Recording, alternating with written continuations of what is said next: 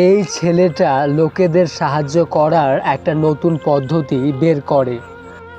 সে তার একটা জুতোতে বেশ কিছু টাকা রেখে অপর একটি জুতো দেখিয়ে বলে, আপনি কি আমার জুতোগুলো পালিশ করে দিতে পারবেন?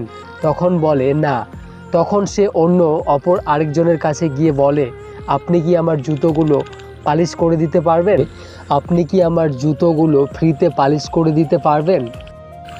তখন ওই লোকটা বলে, আমি তো জুতো পালিশ করি ঠিকই, কিন্তু ফ্রিতে করি না। তখন সে আরেকজনের কাছে গিয়ে বলে, আপনি কি আমার জুতোগুলো ফ্রিতে পালিশ করে দিতে পারবেন? তখন সে লোকটা বলে, না আমি পারবো না, আমি জুতো পালিশ করি কিন্তু ফ্রিতে করি না।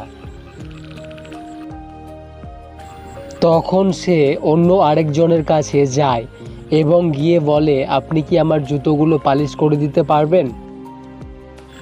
হ্যাঁ দিন, পালিশ করে দিচ্ছি। তখন সেই ছেলেটা বলে, আপনি কি আমার জুতোগুলো ফ্রিতে পালিশ করে দিতে পারবেন? তখন সেই লোকটা বলে, হ্যাঁ কোনো ব্যাপার না, দিন পালিশ করে দিচ্ছি।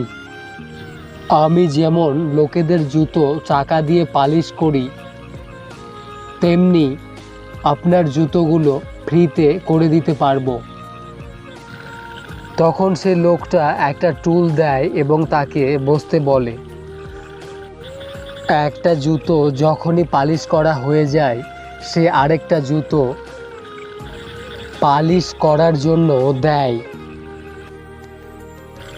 যখন সে লোকটা অপর জুতোটা পালিশ করার জন্য নেয়, তখন সেই জুতোতে থাকা টাকা দেখে সে অবাক হয়ে যায় আর সেই ছেলেটাকে জিজ্ঞাসা করে, এটা কি আপনার? তখন ছেলেটা বলে, না এটা আপনার জন্যই। তারপর টাকাগুলো মাথায় ঠেকায় এবং খুব খুশি হয়। তখন সে লোকটা বলে, আপনি তো বললেন যে ফ্রিতে জুতো পালিশ করাবেন, কিন্তু আপনি আমাকে এত টাকা দিলেন।